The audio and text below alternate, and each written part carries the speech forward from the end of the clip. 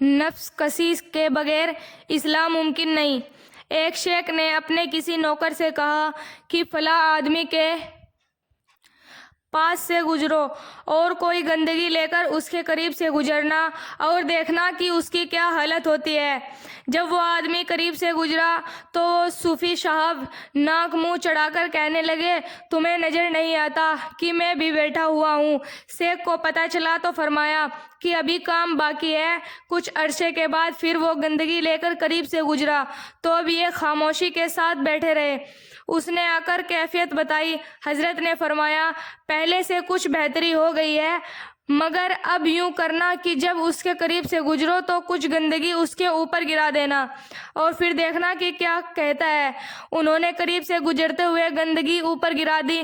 صوفی صاحب نے غصے کی نظر سے دیکھا اور کہا، تجھے نظر نہیں آتا کہ کوئی بیٹھا ہوا بھی ہے یا نہیں؟ اس نے جا بتا دیا۔ حضرت نے فرمایا کہ ہاں، ابھی نفس کا صاف مرا نہیں، لہٰذا کچھ عرصے اور محنت کروائی۔ پھر فرمایا کہ آئندہ ساری گندگی اس کے اوپر ڈال کر دیکھنا۔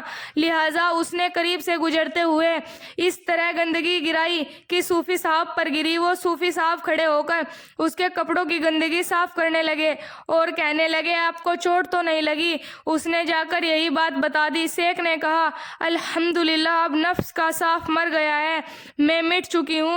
اب اللہ تعالیٰ سے ان کے اندر عاجزی اور انکساری پیدا فرما دی، لہٰذا ان کو اجازت و خلافت عطا فرما دی۔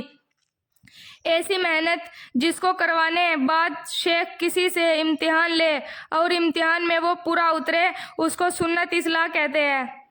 ایک سالک کی اصلاح کا نرالا انداز۔ حضرت اقدس تھانوی رحمۃ اللہ علیہ نے واقعہ لکھا ہے کہ ایک سالک صاحب اپنے شیخ کے پاس ذکر سیکھنے کے لیے آئے۔ اللہ کی شان کی وہ عورت جو صفائی کرنے کے لیے آیا کرتی تھی، وہ اچھی شکل کی تھی اور وہ سالک صاحب اس کو دیکھا کرتے تھے۔ اس عورت نے شیخ کو بتا دیا کہ جی، یہ جو آپ کا نیا مہمان ہے، اس کی نگاہیں بدلی ہے۔ جب اس نے شیخ کو یہ بات کی تو قدرتاً اس کو دستوں کی شکایت ہو گئی اور اسے اس دن کئی دفعہ بیت الخلاء میں جانا پڑا۔ اگلے دن اس کی بڑی بری حالت تھی، لیکن کیونکہ اس کو کام پر جانا تھا اس لیے وہ پھر آ گئی۔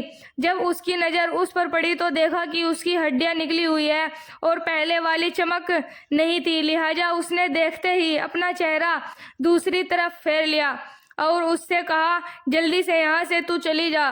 اس نے جا کر شیخ سے یہ بھی بتا دیا۔ انہوں نے کہا، اچھا، بہت اچھا، اب تو چلی جا۔ وہ چلی گئی۔ اب انہوں نے اس سالک کو بلوایا۔ جب وہ آیا تو شیخ اس سے فرمانے لگے کہ میں نے تجھے اس لیے بلوایا ہے کہ آپ اپنے محبوب کو جا کر دیکھ لیجئے۔ اس نے کہا، حضرت کہاں؟ فرمایا، بیت الخلاء میں ہے۔ جب وہاں گیا تو دیکھا وہاں گندگی ہی گندگی ہے۔ وہ کہنے لگا، حضرت بدبو آ رہی ہے۔ فرمانے لگے، کل وہی عورت تھی جو اسے لالچائی نظروں سے دیکھ رہے تھے اور آج وہی عورت ہے، مگر وہ لالچ نہیں ہے۔ اس کا مطلب یہ ہے کہ جس چیز کا تجھے لالچ تھا وہ اس سے جدا ہو گئی اور وہ یہ گندگی ہے، لہٰذا معلوم ہوا ہے کہ تجھے اس چیز سے عشق تھا، اس لیے ہم نے چاہا کہ آپ کو اپنے محبوب کے ساتھ ملوا دیا جائے۔ حضرت حاجی امداد اللہ مہاجر مکی رحمۃ اللہ علیہ کا مقام۔ حضرت مولانا اشرف علی تھانوی رحمۃ اللہ علیہ سے کسی نے ایک بار کہہ دیا، حضرت حاجی صاحب کو اللہ تعالیٰ نے اس لیے بڑی شان عطا فرمائی کہ آپ جیسے بڑے بڑے علماء ان سے بیعت ہے۔ حضرت تھانوی رحمۃ اللہ علیہ یہ سن کر سخت ناراض ہوئے اور فرمایا کہ تمہاری عقل الٹی ہے اور تم نے الٹی بات کہہ دی۔ ارے حاجی صاحب کی شان ہماری وجہ سے نہیں بڑھی، بلکہ حاجی صاحب کی وجہ سے اللہ تعالیٰ نے ہم لوگوں کی شان بڑھا دی، ورنہ مولانا کاشم صاحب کو کون پوچھتا اور مولانا رشید احمد گنگوہی صاحب کو کون پوچھتا۔ یہ حاجی صاحب کی نسبت کی وجہ سے اللہ تعالیٰ نے ان کو شان عطا فرما دی۔ ذکر الہی، ضرب لگا کے کلمہ طیبہ کی بار بار دل پہ لگا جو رنگ ہے اس کو مٹائیے، مشغول اس ذات میں ہو اس طرح اس کے سوا ہر ایک کو بس بھول جائیے۔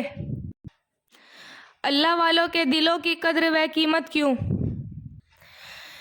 ایک بار شاہ ولی اللہ دہلوی رحمۃ اللہ علیہ نے دہلی کی جامع مسجد میں ممبر پر کھڑے ہو کر کہا تھا، او مغل بادشاہو، تمہارے خزانے ہیروں اور موتیوں سے بھرے ہوئے ہیں، لیکن ولی اللہ کے سینوں میں ایسا دل ہے کہ تمہارے سارے خزانے مل کر بھی اس دل کی قیمت نہیں بن سکتے، اس لیے اس کے دل میں اللہ سمایا ہوا ہے، اس کے دل میں اللہ آیا ہوا ہے، بلکہ اس کے دل میں اللہ چھایا ہوا ہے۔ سبحان اللہ۔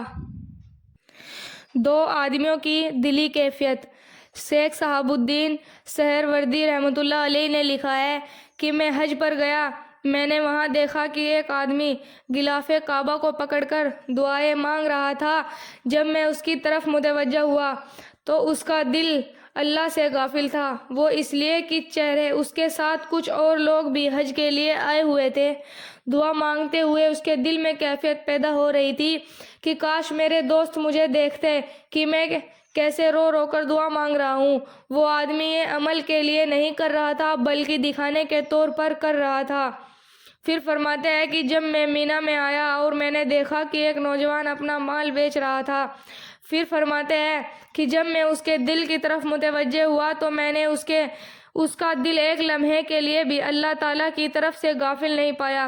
یہی مقصود زندگی ہے کہ ہم اپنے کاروبار میں ہو یا جہاں کہیں بھی ہو، ہمارا دل ہر وقت اللہ رب العزت کی یاد میں لگا ہوا ہو، یعنی دست بکار اور دل بیار۔ اللہ تعالیٰ نے ارشاد فرمایا، وہ مرد کی نہیں غافل ہوا سودا کرنے میں اور نہ بیچنے میں، اللہ کی یاد سے اور نماز قائم رکھنے سے اور زکوٰۃ دینے سے ڈرتے رہے اس دن سے جس دن الٹ جائیں گے دل اور آنکھیں۔